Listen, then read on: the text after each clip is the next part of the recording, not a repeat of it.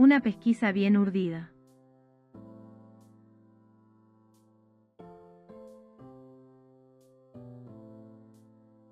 En el año 1925 ocurrió un hecho que conmovió la opinión estadounidense por su índole criminal.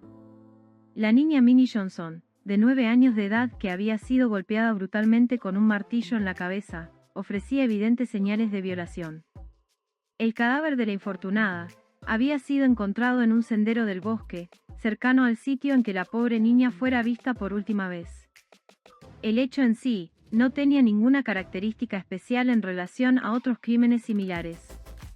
Pero el proceso de su esclarecimiento, por parte del joven detective John Serrani, reveló una sagacidad y paciencia tan notables, que haremos la relación detallada del hecho. Más de un mes pasaron los policías intentando encontrar una pista que le permitiese dar con el criminal, pero todo resultó infructuoso. Hasta que los familiares de la víctima acudieron a la oficina de investigación privadas de Max Straub, en la que Serrani era jefe de una de sus secciones. Serrani realizó una investigación tan perfecta, que su procedimiento merece ser comentado como ejemplo para el alumno de este curso. La pequeña asesinada había saludado a un campesino de los alrededores, a las 16 horas de la tarde en que fuera ultimada, en instantes en que volvía de la escuela en dirección de su casa. De ese modo, la hora y el sitio ofrecían dificultades en lo que se refiere a la determinación precisa para iniciar la pesquisa. Pero Serrani ya sabía que ese lugar de la campaña era transitado por una veintena de tipos que podrían ser los autores del crimen.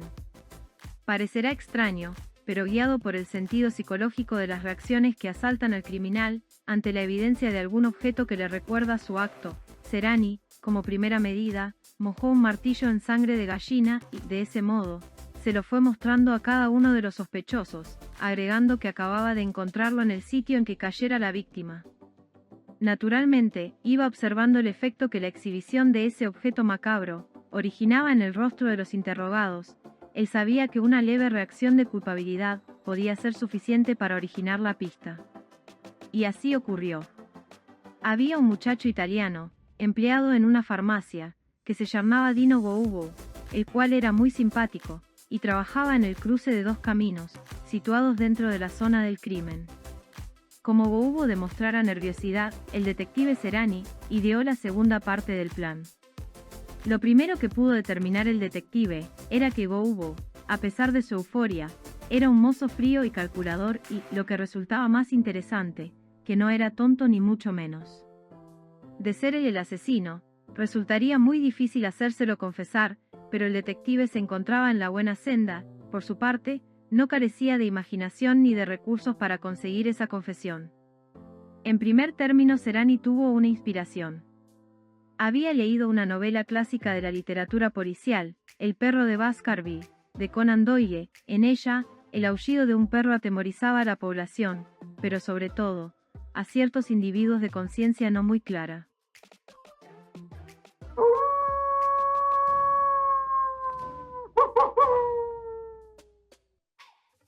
La coincidencia hizo que en la finca lindera a la farmacia, en donde trabajaba Goubo, hubiese un perro que solía ladrar estentóreamente, y al que se tenía encadenado porque era muy bravo. El detective hizo que uno de sus ayudantes azuzase furtivamente durante las noches al perro y a horas determinadas, obteniendo de ese modo y durante una semana, un concierto lúgubre que repercutía en varios kilómetros a la redonda. El resultado inicial no se hizo esperar.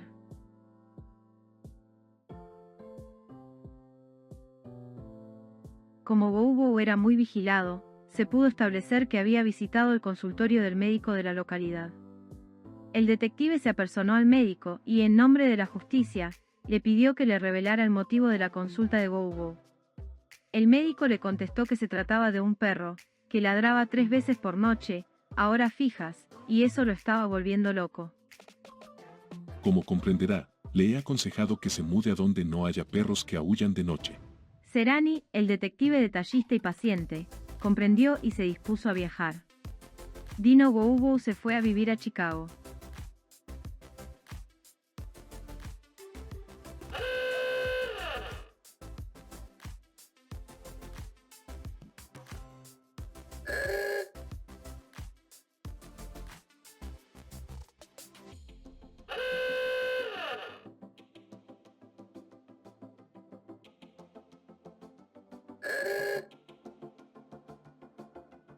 Alquiló una habitación en un hotel ubicado en una calle amplia, con sol. Pero almorzaba en un restaurante del suburbio, lo que simplificó la tarea del pesquisante.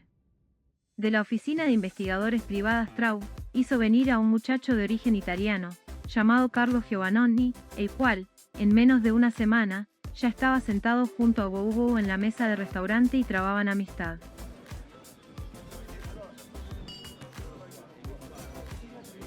Así que había resultado ser italiano. Sera mejor que me presente. Soy Dino Gobbo. En Chicago sí que abundan los paisanos, pero yo no quiero tener mucho trato con esa gente.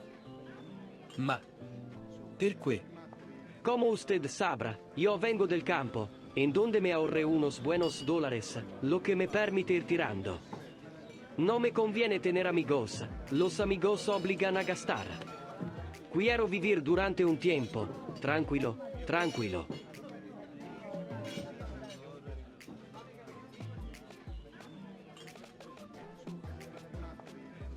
El ayudante del detective Serani explicó que él, por su parte, vivía de una pequeña renta, que le remitían de la herencia de su padre desde Italia. La primera parte, ya estaba realizada. Ahora, para Serani, que maniobraba en las sombras, era necesario obtener una reacción de la tora de Bobo. La consiguió por intermedio de Giovannoni, el cual se había hecho amigo del propietario de un pequeño cine. El ayudante le rogó al hombre que pasase, por una sola vez, cierta película en la que se aludía a un crimen muy similar al de la niña Minnie Johnson. La prueba resultó concluyente. A medida que iba avanzando el argumento, Bobo iba denotando una nerviosidad incontrolada. Hasta que al llegar a la escena del crimen, no pudo más y se levantó de su butaca diciendo: Lo siento, Carlo, pero esta noche no ando bien. Te veré mañana. Arrivederci. El detective Serani ya no tenía dudas. Ahora era preciso arrancarle la confesión. Perché non vivimos juntos, Gobbo? Le dijo Giovannoni al día siguiente. El ex empleado de farmacia no necesitó meditarlo mucho. Bene. Si te parece bien, podrías hacerlo en la misma habitación del mío hotel. Es un cuarto para 2 huéspedes. 2 días más tarde, Carlo Giovannoni y Dino Bobo compartían la misma habitación y estrechaban aún más una amistad agradable. El ayudante de Serani había recibido instrucciones muy precisas. Durante la medianoche del primer día, Bobo se sintió despertado bruscamente por su amigo, que le dijo: ¿Qué te pasa, Dino? Está diciendo unas cosas. El otro se sobresaltó. ¿Qué cosa? ¿Qué cosa he dicho? ¿Qué es lo que dije? No sé. Hablaste durante un rato muy largo de una chica. No sé. Me pareció que desvariabas. Esto se fue repitiendo durante varias noches. El paso siguiente en la marcha hacia la confesión de Bobo consistió en convencer al director de un periódico, del pueblo en donde viviera Bobo, y en el que fuera asesinada la pequeña Minnie, de que publicase un artículo, en el que se decía que las autoridades habían encontrado un martillo que debía ser del asesino. Agregaba el artículo que se pensaba mostrárselo a Dino Bobo, que estaba de vacaciones en Chicago, para que lo identificase. Serani sabía que el ex empleado de la farmacia del pueblo leería el artículo, pues compraba ese diario todos los días. Bobo leyó el diario en su habitación y luego se puso a fumar nerviosamente. Su amigo Giovannoni no dejaba de observarlo. Después tomó el diario con cierto aire de fingida distracción y después de leer rápidamente, le preguntó: Dime, Gobbo.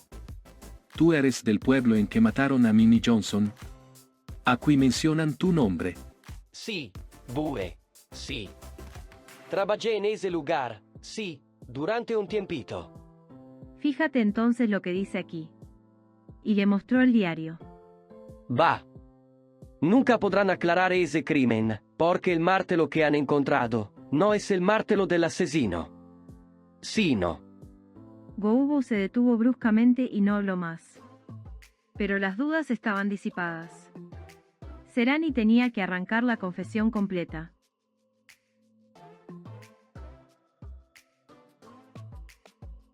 Un día, Giovannoni alquiló en un parque de las afueras de Chicago un cochecito de paseo e invitó a su amigo a que lo acompañase.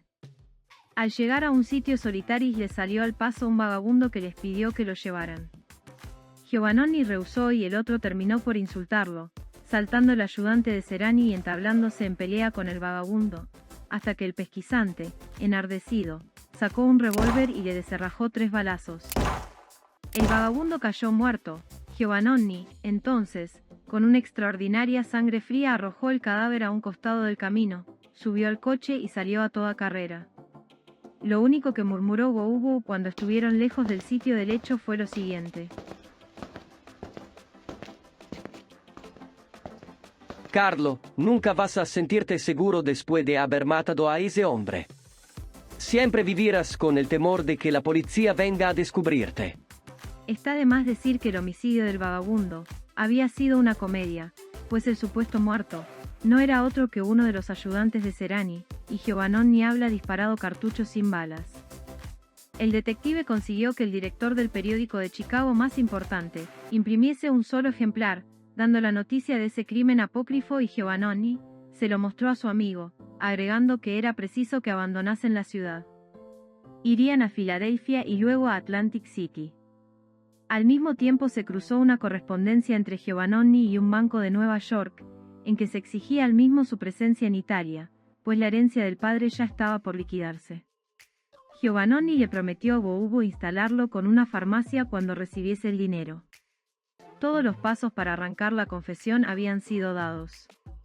Pero la confesión no llegaba. Era preciso obrar ahora con celeridad. Los 2 amigos habían ideado vivir a un hotel de Nueva York. En la habitación contigua estaban los agentes de Traub provistos de grabadores. Hasta que la última treta urdida dio resultado. Giovannoni recibió un día una carta que dejó como olvidada sobre un mueble y por medio de ella Boubou se enteró de que el amigo pensaba dejarlo, traicionándolo para irse a Italia. Giovannoni se disculpó, diciendo: Imagínate que tú, que ahora somos tan amigos, algún día nos peleasemos. Tú sabes que yo he matado a un hombre y podrías delatarme. Bien. Y cometido un asesinato. Io maté a la niña que se llamaba Minnie Johnson. Y como Giovannoni adujese que estaba inventando para hacerlo cambiar de plan, Dino Boubou terminó por confesarlo todo, con lujo de detalles, mientras sus palabras eran grabadas en la otra habitación. A los pocos meses, Boubou fue electrocutado. De lo único que mostró arrepentimiento fue de no haber podido matar a su falso amigo Carlo Giovannoni.